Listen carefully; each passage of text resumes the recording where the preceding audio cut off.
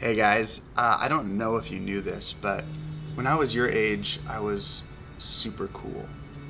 So cool. I hung out with the skaters.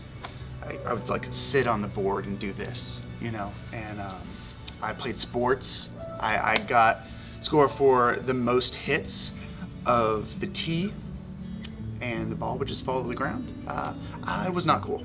Not cool at all.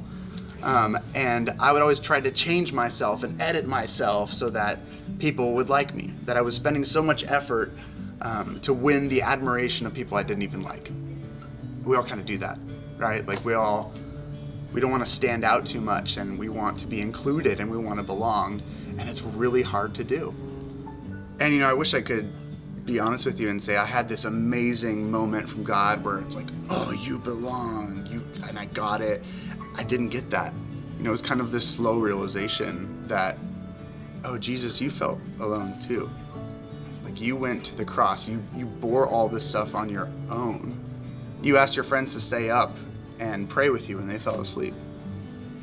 And then I think too about all the people that Jesus cared for and ministered to, the woman at the well who was cast out from society, and the people with leprosy, and the woman with bleeding, and all the little children, and women in general who weren't really even valued in that society. Jesus called them out and said, you belong. They didn't have to try to fit in. They belonged because he said so. And I think if we're honest with ourselves and with each other, a lot of us feel lonely a lot of the time. And maybe some of you guys haven't said that. Maybe you feel like you're alone. You aren't. A lot of us feel that often because we're trying to fit in. We're trying to find out where we belong, what our identity is. And there's this quote from Brene Brown that I think hits it on the head. She says, true belonging is a spiritual practice of believing in and belonging to yourself so deeply that you can share your most authentic self with the world and find sacredness in both being part of something and standing alone in the wilderness. And then get this, true belonging doesn't require you to change who you are. It requires you to be who you are.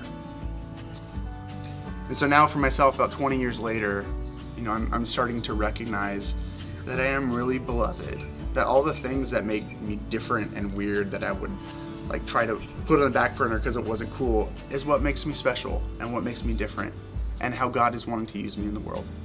So for example, this thing is one of the ugliest toys I've ever seen in my life. It doesn't even squeak. Its eyes are supposed to bulge and it doesn't go. But Cody loves this thing. Look at this. He's so obsessed, he will not let it go at all. And he loves it, right? And it belongs to him.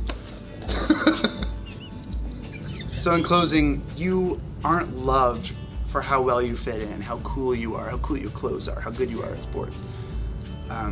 You're loved for who you are and who Jesus says you are, that you're a beloved child of God.